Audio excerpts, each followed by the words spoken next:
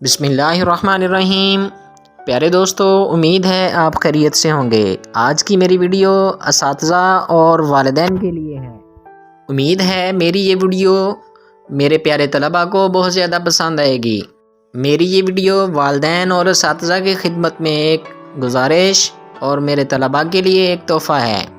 اگر یہ میری ویڈیو اچھی لگے، چینل کو سبسکرائب کیجئے، ویڈیو کو لائک کیجئے اور اپنے دوستوں کے ساتھ شیئر کیجئے۔ تو سامعین، ناظرین، چلتے ہیں اصل بات کی طرف۔ امام ابو حامد الغزالی رحمۃ اللہ علیہ امت کے وہ عظیم مربی ہیں جنہوں نے انسان کے دل، اخلاق اور باطن کی اصلاح کو اصل دین قرار دیا۔ بچوں اور طلباء کی تربیت کے بارے میں وہ ایک ایسی بات فرماتے ہیں جو دل کو ہلا کر رکھ دیتی ہے۔ امام غزالی رحمہ اللہ فرماتے ہیں، بچہ ایک نازک پودا ہے، اسے پانی اور سایہ چاہیے، لاتیں اور لاٹھیاں نہیں۔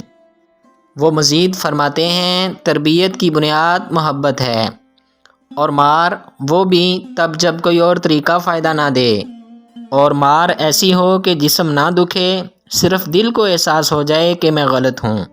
امام غزالی رحمۃ اللہ علیہ کہتے ہیں، غصے میں اٹھنے والا ہاتھ تربیت نہیں، دل توڑنے کا ذریعہ بن جاتا ہے۔ جو استاد یا والد غصے میں مارتا ہے، وہ بچے کے اخلاق نہیں بناتا، اس کی ہمت توڑ دیتا ہے۔ مزید وہ فرماتے ہیں، جو مار بچے کے دل میں خوف تو پیدا کر دے مگر ادب پیدا نہ کرے، وہ مار فائدہ نہیں دیتی۔ امام غزالی رحمۃ اللہ علیہ کی بات کا خلاصہ یہ ہے، وہ فرماتے ہیں، تربیت میں پہلے پیار، پھر سمجھانا، پھر تنبیہ، پھر نرمی سے ڈانٹ، اور اگر کبھی مارنا پڑ جائے تو صرف اتنی جو بچے کی اصلاح کرے، اس کی معصومیت نہ چھین لے، کیونکہ بچہ پھول ہے، پھول ہاتھ سے نہیں دل سے سنبھالے جاتے ہیں۔ ایک خاتون نے حکیم الامت حضرت تھانوی رحمہ اللہ کو خط لکھا، حضرت مجھے بچوں پر بہت غصہ آتا ہے، میں مار بھی دیتی ہوں، کوئی علاج بتائیں۔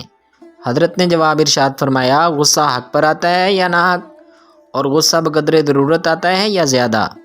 خاتون نے لکھا کہ غصہ تو حق پر ہی آتا ہے، لیکن مار زیادہ ہو جاتی ہے اور بعد میں افسوس ہوتا ہے۔ حضرت تھانوی رحمۃ اللہ علیہ نے فرمایا، 2 سے زیادہ مت مارو، صرف کمر پر مارو، گونسا اور لکڑی ہرگز نہ مارو۔